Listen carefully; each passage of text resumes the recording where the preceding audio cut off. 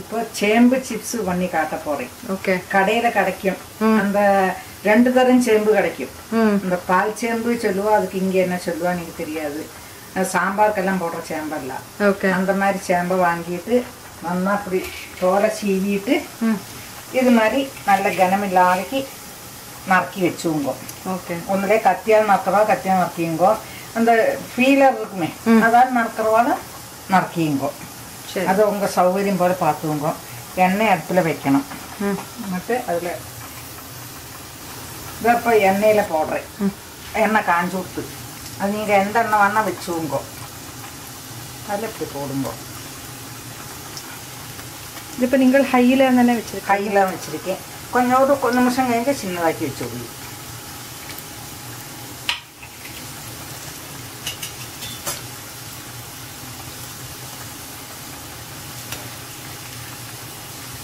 இந்த பபிள்ஸ் நிற்கிற வரை அது ஒரு சவுண்ட் அடங்குற வரைக்கும் அது வேகணும்.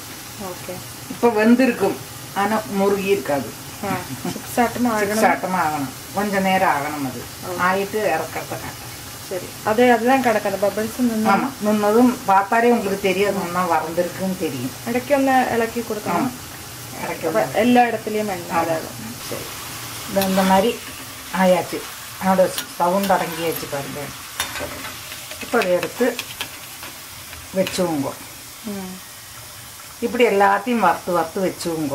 இந்த உருளைக்கிழங்கு சிப்ஸுக்கெல்லாம் நம்ம மிளகாப்பொடி இதெல்லாம் போட்டு வைப்போமே, உப்பு மிளகாப்பொடி, அது மாதிரி போடலாம். இதில் போடுறவாலும் உண்டு. இதில் போட்டால் உங்களுக்கு எண்ணெய் இதாக போயிடும். அதனால இதில் போடுறது இல்லை. இதில் அன்னைக்கு நீங்கள் பனானா சிப்ஸ் பண்ண மாதிரி வெள்ளத்தில் உப்பையும் மஞ்சப்பொடியும் கரைச்சி அப்படி விடலாம். இப்போ எடுத்துட்டு அதில் அந்த சூடோடு கூட போட்டாலும் போதும். சூடோடு கூட போட்டோம். இப்போ எல்லாத்தையும் மானத்துக்கு அப்புறம் நீங்கள் போடுங்க. இப்போ அடுத்த ட்ரிப்பும் போட்டு எல்லாம் மானத்துக்கு அப்புறம் அதை எப்படி மிக்ஸ் பண்ணாங்க. ஓகே. இதை வறுத்து எடுத்துருக்கேன். இதில் உப்பு மிளகாப்பொடி உங்களுக்கு வேண்ட காரம் மாதிரி போட்டுவோங்க.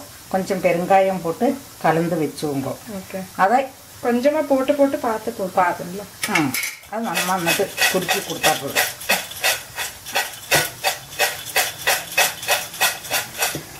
நல்ல கிறிஸ்பியாகவே இருக்கும் பாருங்க. நல்ல கிறிஸ்பியாக இருக்கும். உங்களுக்கு வேண்ட மாதிரி உப்பும் காரம் போட்டு அந்த உருளைக்கிழங்கு சிப்ஸ் மாதிரி தான். ஓகே. குளுங்கர்த்தியே தெரியறது கிறிஸ்பியாக. இதுதான் சிப்ஸ். Chips ready. ஓகே.